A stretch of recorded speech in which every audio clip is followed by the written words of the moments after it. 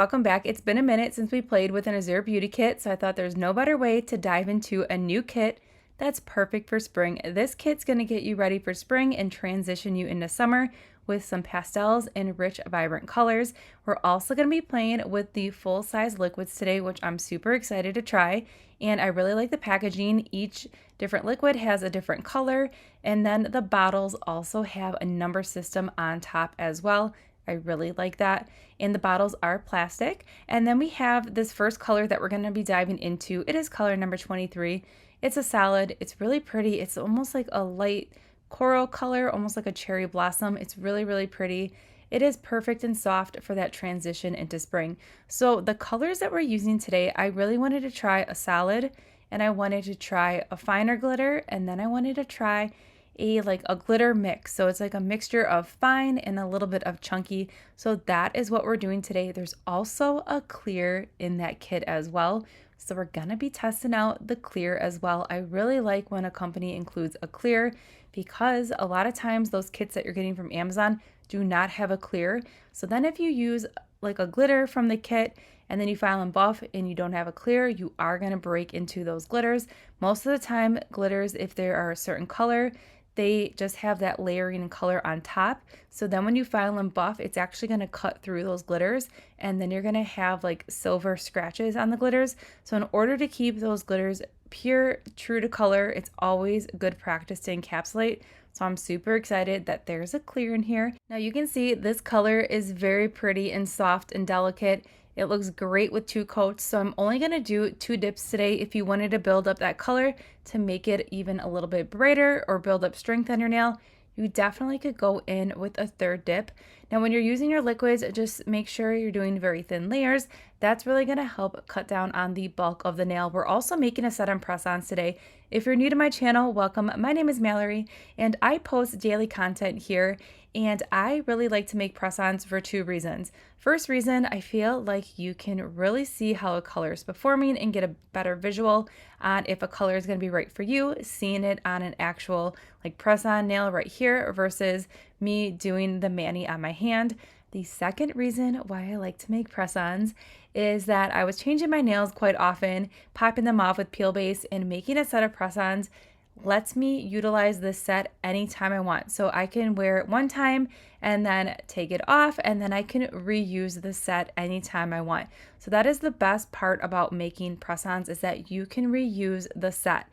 Then to adhere the press-on set, I just use the dip base. I put a little bit of dip base on my natural nail and then a little bit of dip base on the actual press-on, and then I go ahead and apply it on a slight angle, and then I hold down for about 30 seconds, and then I avoid like any heat or cuticle oils, lotions, or any hot water for about 4 hours to get a really good longevity. It's best practice to go ahead and apply your press-ons at night, because then you can just go ahead and put them on, go to bed, and you don't have to worry about like heat or anything like that.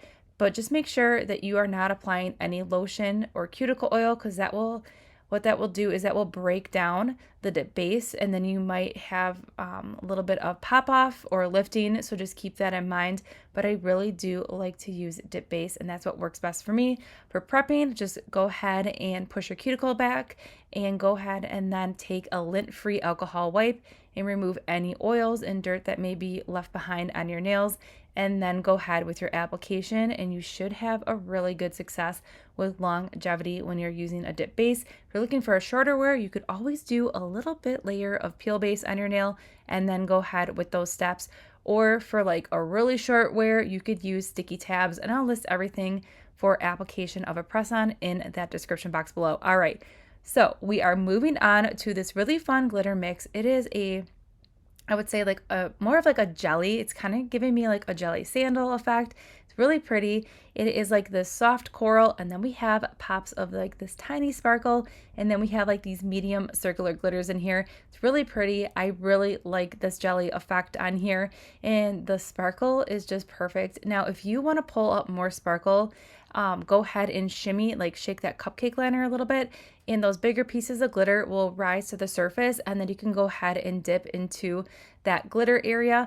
But I also like dipping into a cupcake liner versus trying to dip into that jar, is because I have a more surface room. So when I am dipping into that cupcake liner, I don't have to worry about accidentally bumping into that jar. If you've ever dipped into the jar and bumped into it, you know you would make a little line on your nail, and you're kind of going to have a slight imperfection until you do some filing and buffing. It's not, if you make a mark on your nail, you can definitely fix it with filing and buffing, but I really like the more surface area that I have with a cupcake liner. So that is the only reason why I'm dipping into a cupcake liner. All right, so now we're going in with a finer glitter here. I will say, when I originally saw this glitter, I thought it was going to be a pure silver, but I was pleasantly surprised after that first coat here. It has like this color shifty, almost like blue tealness to it.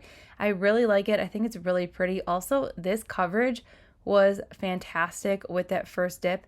I will say the coverage together with the 3 colors that we tried out today were pretty good. They weren't patchy or streaky or anything like that.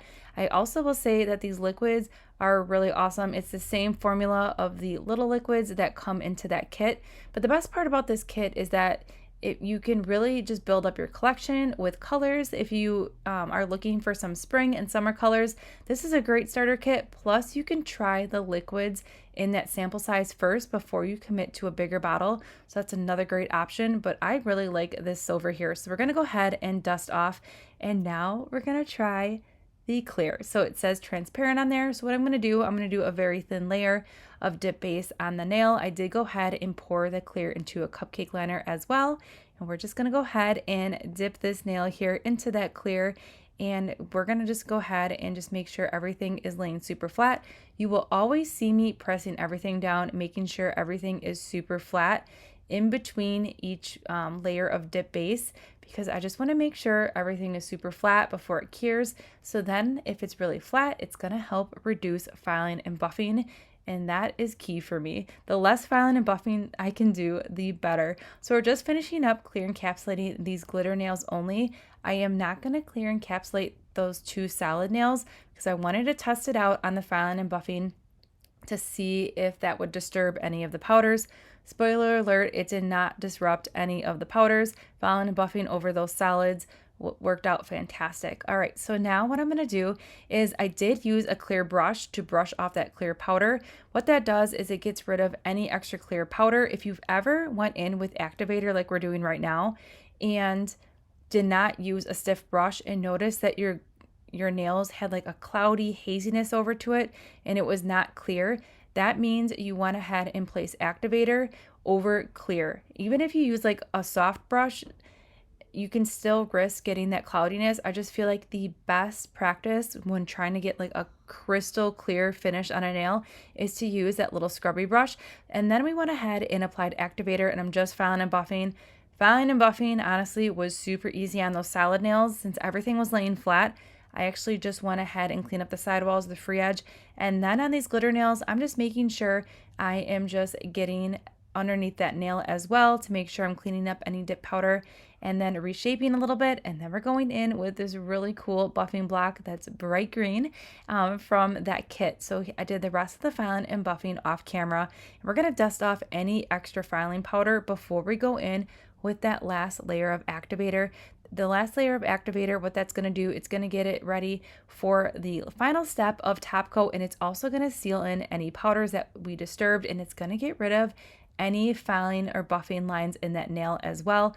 Then before we go with the top coat, I'm taking a lint-free wipe, and I wiped all the nails off with that lint-free wipe just to remove any extra activator, and we're going to go in with the top coat here. For the first layer of top coat, you want to do 4 to 5 quick swipes on the nail, and that's all you want to do for that first application of that top coat. And then I always go ahead and wipe off that brush after we go ahead and apply the top coat on the nail on the side there of that paper towel, just to make sure I am not contaminating the liquids with any potential activator that may be left on the nail. If you do contaminate your liquids, your brush will start to harden, so that would be an indicator that you contaminated your liquids.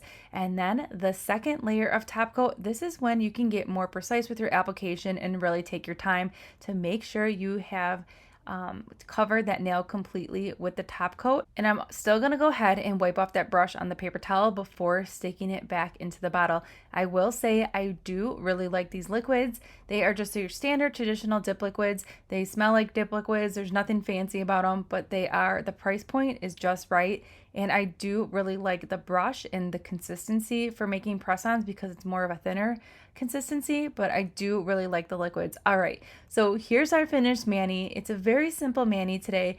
We pulled in some softer colors, but yet we still have like that bright, like a little bit of coral kind of shining through.